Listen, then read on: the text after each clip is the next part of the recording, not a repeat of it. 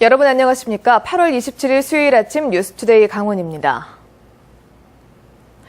삼척시가 제출한 원전 유치 철회와 관련한 주민투표 동의안이 시의회를 통과했습니다. 하지만 정부가 불가 입장을 밝혀 난관에 부딪혔습니다. 조규환 기자입니다.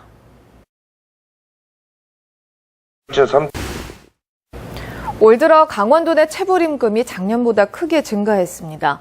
임금도 받지 못하고 추석을 맞아야 하는 근로자들은 이번 추석을 어떻게 보내야 할지 근심이 깊습니다. 권기만 기자가 취재했습니다. 최근 학생들의 실습비를 개인 통장으로 받아 퇴임 공무원의 전별금 등으로 사용해 무리를 빚은 강릉시 보건소가 개선안을 내놨습니다. 세입과 세출을 투명하게 하고 직원들에게 지급해온 수당을 모두 없애기로 했습니다. 김인성 기자입니다.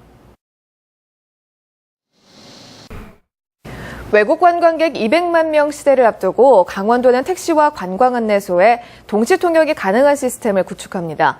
외국어를 못하는 택시기사도 전화 한 통하면 강원도를 세계에 알리는 관광 전문가가 될 수 있습니다. 박민기 기자입니다.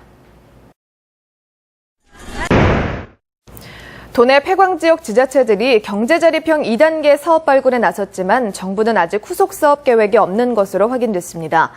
정선군의 경우 강원도의 지침에 따라 사업당 200억 원 이상이 들어가는 2단계 폐광지역 경제자립형 사업을 발굴해 내년 2월에 신청하기로 하고 올해 안에 타당성 검토와 기본계획 수립을 마칠 계획입니다. 이에 대해 산업통상자원부는 현재 진행되는 경제자립형 사업이 2015년에 종료되는 것을 감안해 지자체들이 자체적으로 후속 사업을 준비하는 것 같다며 산업부는 아직 계획이 없다고 밝혔습니다. 지난해 강원도에서 태어난 출생아 수가 전국에서 가장 많이 감소한 것으로 나타났습니다. 통계청은 지난해 강원도에서 태어난 아기는 1,981명으로 2012년보다 11.6% 감소해 전국 17개 시도 가운데 광주와 함께 가장 큰 감소율을 보였다고 밝혔습니다. 또 지난해 여아 100명당 남아 수는 106.8명으로 경상북도에 이어 전국에서 두 번째로 높아 성비 불균형도 심각한 것으로 나타났습니다. 미시령 동서관통도로에서 경찰의 구간 단속이 시행된 이후 교통사고가 급감한 것으로 조사됐습니다. 강원지방경찰청과 고성경찰서에 따르면 지난해 8월 26일 미시령 동서관통도로의 속초 방면 내리막길에 구간 단속이 시행된 이후 지난 1년간 62,800여 대, 하루 평균 172대가 단속됐습니다.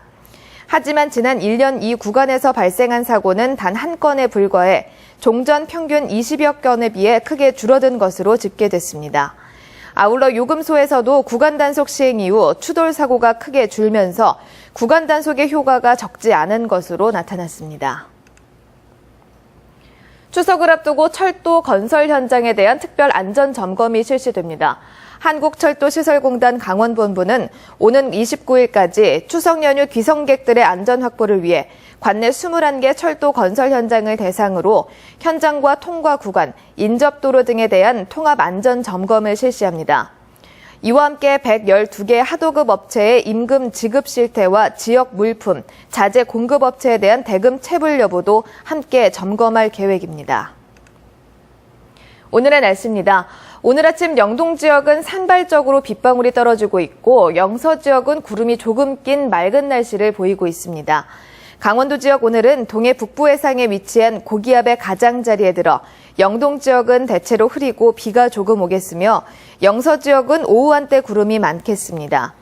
오늘 예상 낮 최고 기온은 영동 지역 24도, 영서 지역은 25도에서 29도의 기온 분포로 어제와 비슷하거나 조금 높겠습니다. 한편 조금 전 오전 7시를 기해 동해중부 전해상에 내려졌던 풍랑주의보가 해제됐습니다.